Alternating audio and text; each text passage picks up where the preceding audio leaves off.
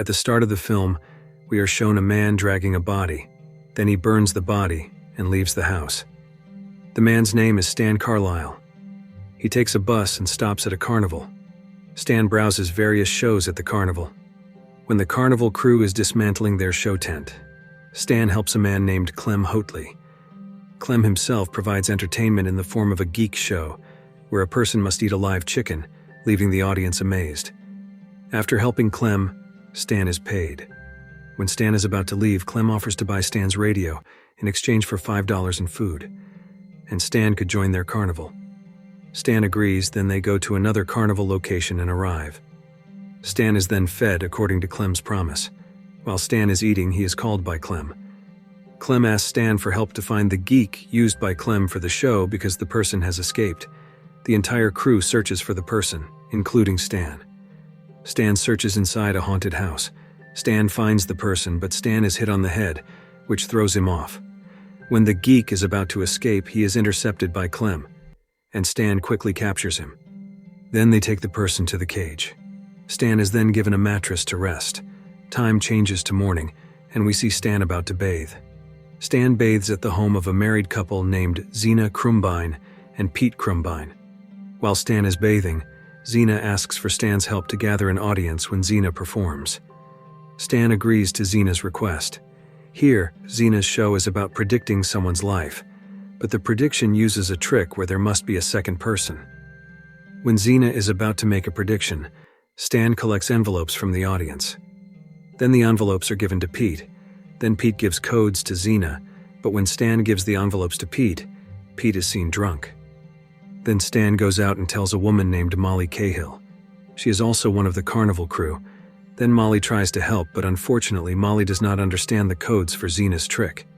Fortunately, Zena manages to control the show until the end. Stan, seeing this, is mesmerized. Time changes to night, and we see Stan relaxing at Zena's house. Here, Stan is curious about the trick performed by Zena and Pete. Stan asks them to perform the trick again. They agree. During the trick, Pete gets a vision about Stan, but after telling a little, Pete stops. Because Pete and Zena have a principle never to perform a ghost show, because it will have fatal consequences. Why is it called a ghost show? Because here, the trick performer seems to be able to see or predict the life of another person, more precisely, get a mystical vision. And from here, Stan begins to be interested in the trick performed by Pete and Zena. Then Pete shows a small book to Stan. Inside the book are codes for performing tricks, and Pete explains to Stan how it works. Then Pete goes to meet Clem and asks Clem for a bottle of alcohol. Stan watches Pete from a distance. Night passes, and Stan is seen helping Clem move jars containing fetuses. Clem collects fetuses from miscarriages to those that died in the womb. Clem introduces one fetus that he likes the most. This fetus is named Enoch by Clem. Then Stan goes to deliver wood alcohol to Pete's house. The alcohol is not for drinking, but for the show. Stan also says that he wants Pete to teach him the trick. Pete agrees. Then Stan goes to watch Molly's show. At night, Stan has an idea for Molly's show. Molly's show involves her withstanding electric currents. Stan plans it, and the next day he shares the idea with Molly and explains how the show works. The scene shifts to Stan fixing a car. Stan is approached by two men. They are Bruno and Major. Bruno warns Stan not to hurt Molly because Bruno and Major were once told by Molly's late father to protect her. If Stan hurts Molly, he will know the consequences. As night falls, Stan meets Molly, who is relaxing at the ride. Stan engages Molly in conversation and dancing. While dancing, Stan tells Molly that they can leave this place and start a new life with their own show in the city. Before Molly can respond to Stan's words, she leaves the place. Then Stan goes to meet Clem. Clem informs Stan that the geek is very sick, with a high fever, and seems likely to die. They take the geek to the clinic and leave him there. They then go out for dinner. During dinner, Stan asks how they can make people become like that. Clem answers, find severely drunk people, desperate people, and tell them, I have a little job for you, it's just temporary, until we find another geek. The scene shifts to Pete teaching Stan a trick. Afterward, Pete goes to rest. Before resting, Pete asks Stan to fetch some liquor from Clem's place. Initially, Stan refuses because he knows Zena forbids Pete from drinking due to his addiction. Pete insists. and Stan goes and gives the liquor to Pete. Pete is seen sleeping when Stan places the drink. Stan looks at Pete's trick book. Stan opens the book, but Pete wakes up and reminds Stan that this book can be misused and make people arrogant. When people believe lies and start to think they have power, they become arrogant. Morning comes, and Bruno and Major inform Xena of something. Xena runs off, and Stan, seeing this, hurries to see what happened. Stan is shocked to find Pete dead. Stan then leaves. In the afternoon, while Stan is taking out the trash, he sees several police cars. Stan quickly informs Clem because Clem has found a new geek, and Clem quickly hides the person before the police find out. Then a policeman comes to Molly's place. The policeman intends to shut down Molly's show, but Stan arrives and instructs Molly to perform. After that, Stan tries to predict the policeman's life using the trick taught by Pete. The policeman is moved by Stan's words because Stan successfully guesses the policeman's entire life. Thus, the policeman decides not to shut down their carnival. Later, all the crew celebrate Stan's success. Stan then meets Molly. Molly says she is ready to leave everything and go with Stan. Stan, hearing this, is happy. Molly gives Stan a gift.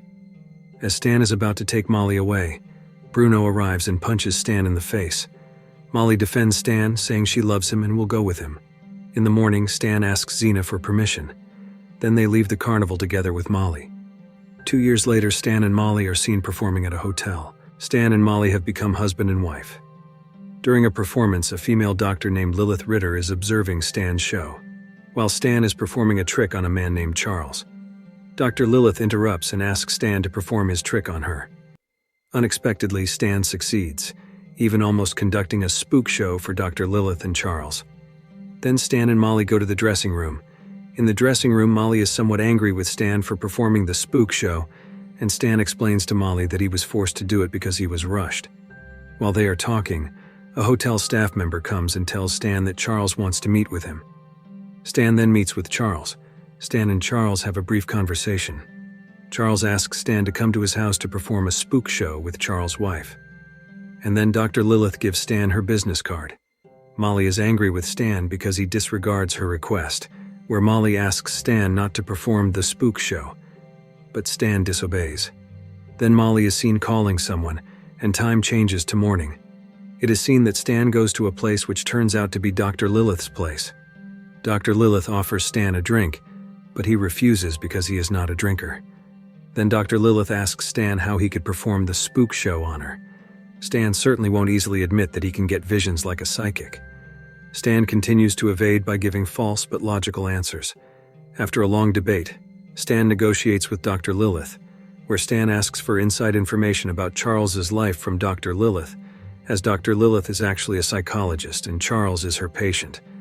After the negotiation is agreed upon, Dr. Lilith gives Stan inside information about Charles's life, where Charles is devastated because Charles and his wife were left by their son who died while on military duty. Then Stan is asked to tell about himself to Dr. Lilith because Stan has a dark past with his father. He tries to cover it up, but Dr. Lilith, being a psychologist, keeps cornering Stan with her questions, making Stan uncomfortable. Stan then leaves to go home. While at home, there were Major, Bruno, and Xena, who had been invited by Molly earlier when she called. Then they had fun because they had missed them. In the corner of the room, Stan and Xena were seen sitting together.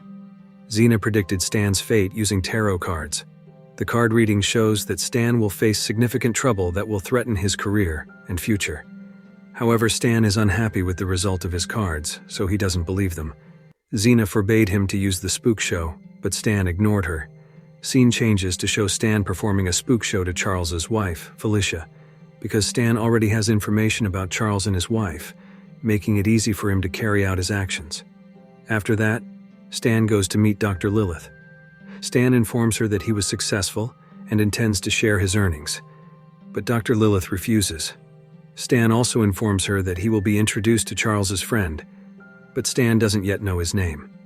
The scene shifts to Stan and Molly having a romantic moment in the dressing room. During that time, Stan receives a call from Dr. Lilith. Dr. Lilith informs Stan that the person Charles will introduce to Stan is named Ezra Grindle. Dr. Lilith says that Ezra is a difficult person to deceive. He is unstable, unpredictable, and very private. and dealing with him has consequences. Then Stan asks Dr. Lilith for advice. After that, Stan goes to Grindle's place. Grindle is a wealthy man, so meeting him surely involves security. After meeting with Ezra Grindle, Stan is asked to use a polygraph machine, a lie detector. Then Stan is given several questions. When faced with difficult questions, Stan can control the situation by immediately performing a spook show, which allows him to pass the polygraph test. Then Stan goes to meet Dr. Lilith Ritter and asks for information about Grindle from Dr. Lilith, but she refuses. While Dr. Lilith is in the bathroom, Stan takes a sample of Dr. Lilith's safe key. Later, Stan returns with a fake key. Stan opens Dr. Lilith's safe and takes recordings of Dr. Lilith with Grindle, as Grindle is Dr. Lilith's patient, and all their sessions are recorded. This is how Stan gets information about Grindle. The issue with Grindle is that he has lost a woman he deeply loved, and he has made many mistakes with her that still make him feel guilty to this day. The scene shifts to Stan meeting Grindle. Stan then talks about the woman Grindle loved, named Dory. Stan tells a lot about Dory, from Dory still loving Grindle to Dory's son. Grindle is moved by all of Stan's words. Then Grindle asks Stan to materialize Dory and will pay $10,000 for each session conducted. Initially, Stan refuses because he surely won't be able to do it, citing Grindle's many sins that make it difficult to bring Dory back. However, Grindle, being wealthy, immediately gives an advance payment to Stan, so Stan cannot refuse and must figure out how to do it.